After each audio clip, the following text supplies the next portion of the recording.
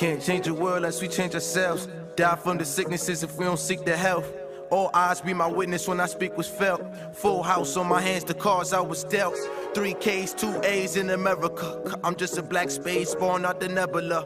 And everything I do or say today that's worthwhile will for sure inspire action in your first child. I begin my first now. Sometimes I speak and I feel like it ain't my words. Like I'm just a vessel channeling inside this universe. I feel my ancestors invested inside of me. It's like they want me to shoot my chance and change the society. But how do I go about it? Tell me where I start. My destiny rerouted when I chose to follow heart. You're hoarding. You're playing each piece like losing it hurts. This ain't checkers. You want my king. You got to come get my king. All these other pieces are just a means to do it. It's good. It's better. You like that horse, don't you? You like his crazy jumps all over the board. You think he's your friend. You hate to lose him almost as much as you hate to lose that lady. Well, he is your friend, boy. They all are. But you're going to have to use him just like you use the other. If he falls by the wayside, well, that's just life's little game, ain't it? And until you come ready to play a game, you'll never beat her at it. People made this all on us, yeah. We can't change the world unless we change ourselves. Check. From the sicknesses if we don't seek the help. Okay, so I did a couple of videos on the Nipsey Hussle thing, right? But then shit got really fucking weird as I started watching more videos just to see what was going on and shit. So, you know, now you got Eric Holder or Shitty Cuz, whatever the fuck his name is and shit, who mysteriously grew hair over the course of a couple of days. Now this nigga saying he ain't do nothing, Meek Mill trying to set him up, and check the footage.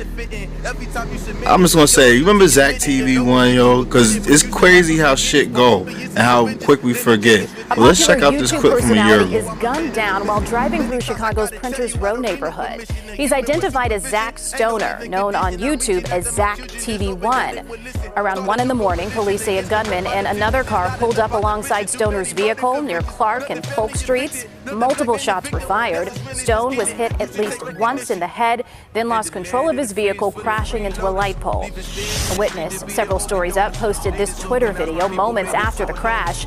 It appears to show a group of people at the scene getting into another vehicle, then driving off before police. Now, I wasn't a big fan of Zach TV1, but I was a fan of the shit that he was doing. Yo, he was 29, he was set up and killed to incite riots in Chicago. The man created business opportunities, tried to unite the gangs in Chicago.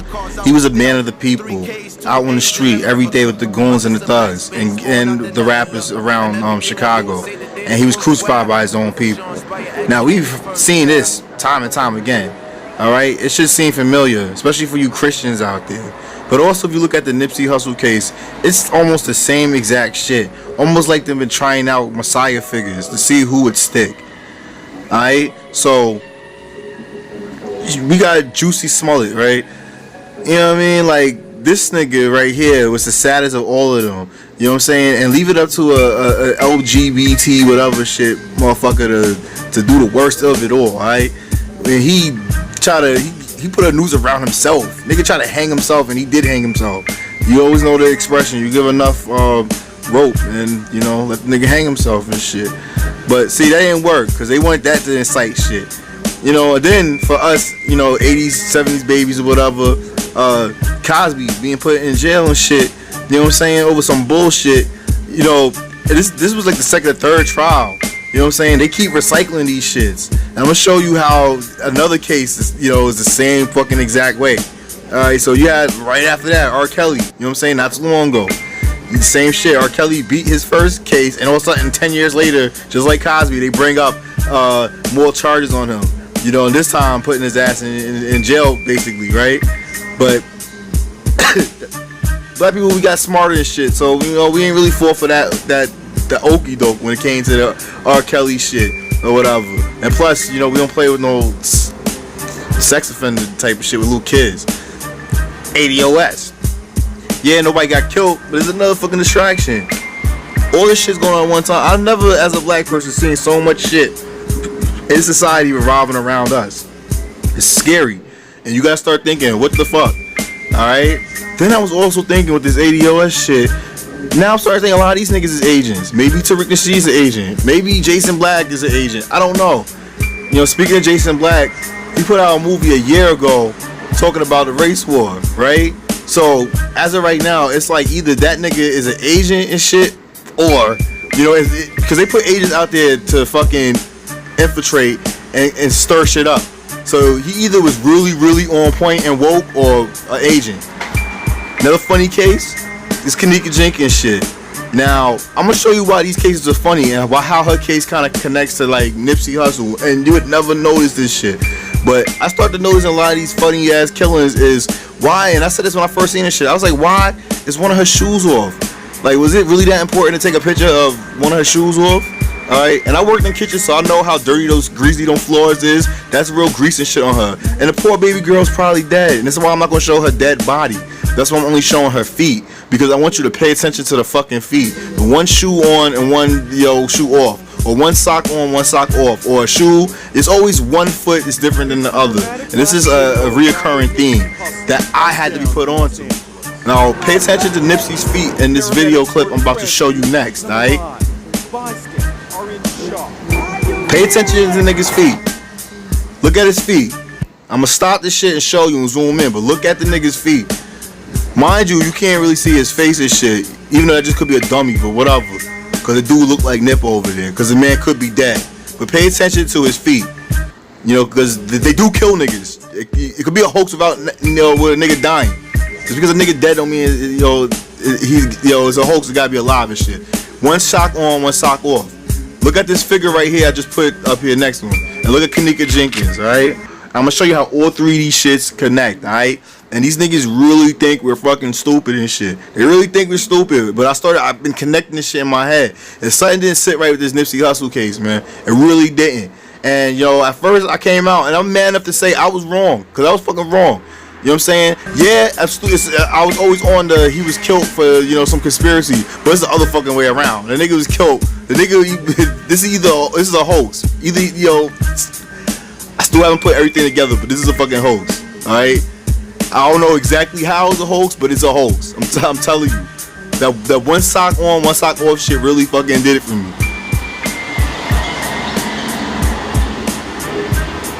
So I'm gonna show you these hoodwink rituals that they do in the Masons. Now check this out as I break down and explain to you how this shit go. Alright, peep this. Slipper and shoe.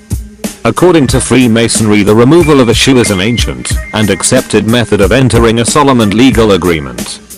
The slipper, or to be slipshod, is representative of the candidate entering Freemasonry neither clothed nor shod. The removal of a shoe is found in association with the first degree password Bose.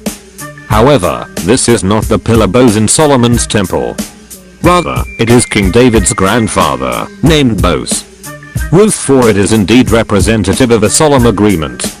However, it is specifically a display of the submission and cession of a right over something. In the King James version it is repeatedly described as a relating to redemption. One wonders what right the candidate is submitting. Indeed, the Master Mason may be asked, what did you give to become a Freemason? To which the standard replies, my shoe. It is suspected that the symbolism is supposed to represent much more than a shoe. A slipper is worn. In the first degree the right foot is slipshod. In the third both feet are slipshod. Slipshod literally means to have shoes down at the heel. Alternatively, mule type slippers are used. The effect is the same. The heel is deliberately exposed biblically. The heel is especially significant.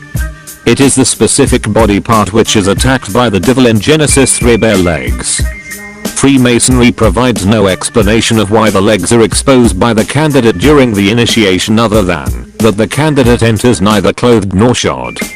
In the third degree both legs are exposed biblically. The only text which encourages the baring of the legs is contained in Isaiah 47.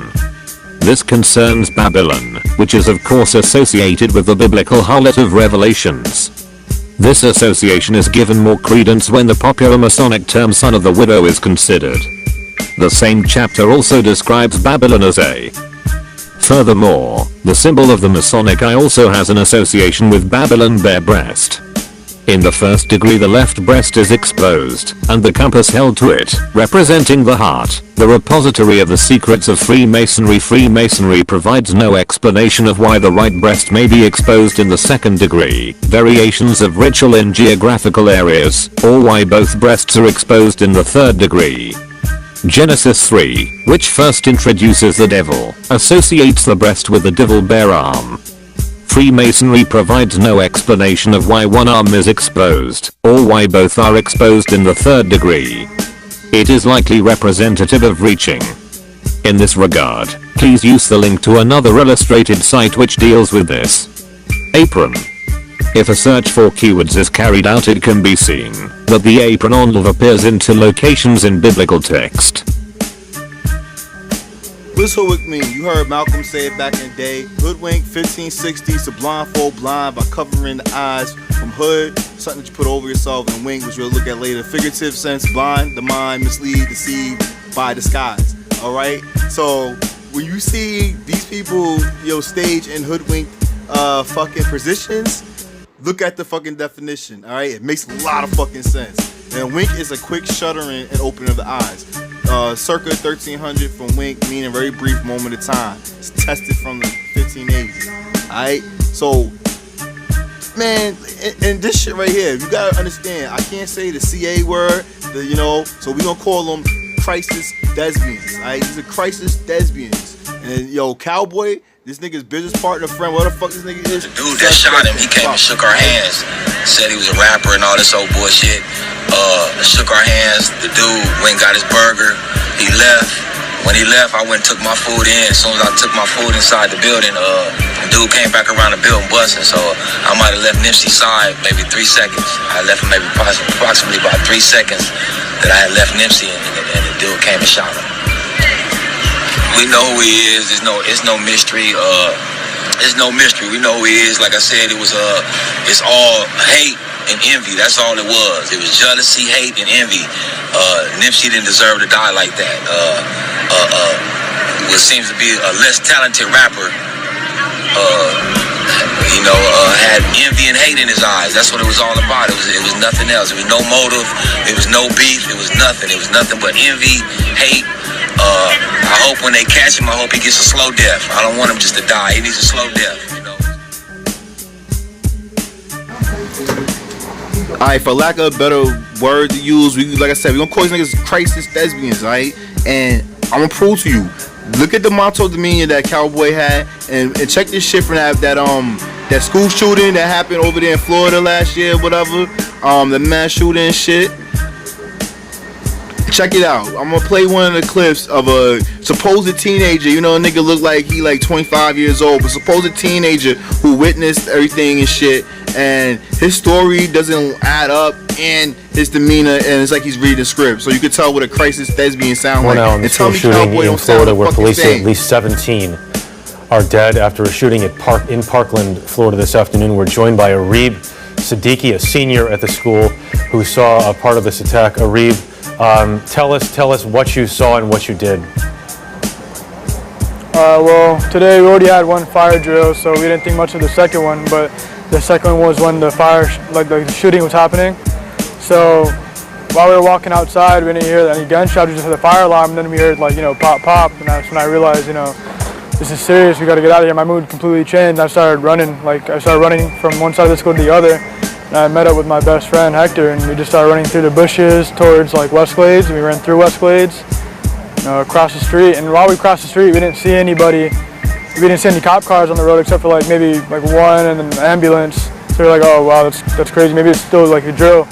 And then we were running through the bushes to get around to maybe Pine Island, which is right down the road. And when we got out the bushes, the whole street was just flooded with cars and cop cars and helicopters in the air, and that's when we knew it was serious. And we started getting messages are you okay? And we're like, wow, did something crazy definitely happen? And we started getting messages our friends have been shot, all this stuff, and it's a lot to take in right now, And so, Reed, this happened quickly. This happened right around the time of dismissal. Yeah, around probably 2:30, 2:20. We got out at 2:40. When an alarm was pulled. Can you say that again? And when an alarm was pulled. Yeah. Yeah. All right. Arib Siddiqui, we're very happy to hear that you are safe and your friends are safe. We appreciate your time tonight. Thank you.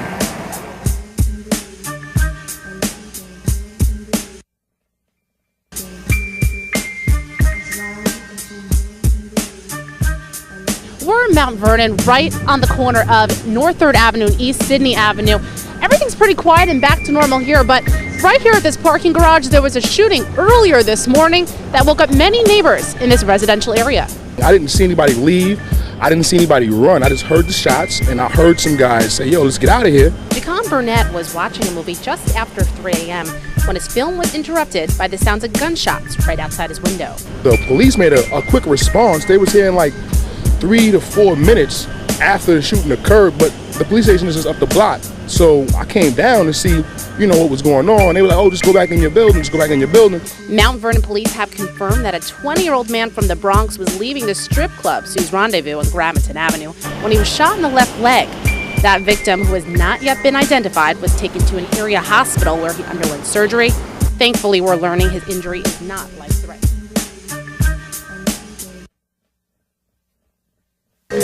We gotta face it, it's embarrassing shit, but niggas been hoodwinked. You been hoodwinked, you been bamboozled, just like Malcolm was telling us 50, 60 years ago and shit like that. Now I gotta show y'all niggas what Christ imagery is. Notice this, every time you see pictures of Nipsey Hussle, he's always pointing, looking up, he got fucking like the light pointing at him, he's touching the light. You know what I'm saying? This is what you call Christ Messiah imagery. And because you are the true Hebrew people, you always need a Messiah, and the Messiah needs to be taken down in front of you to rile you up.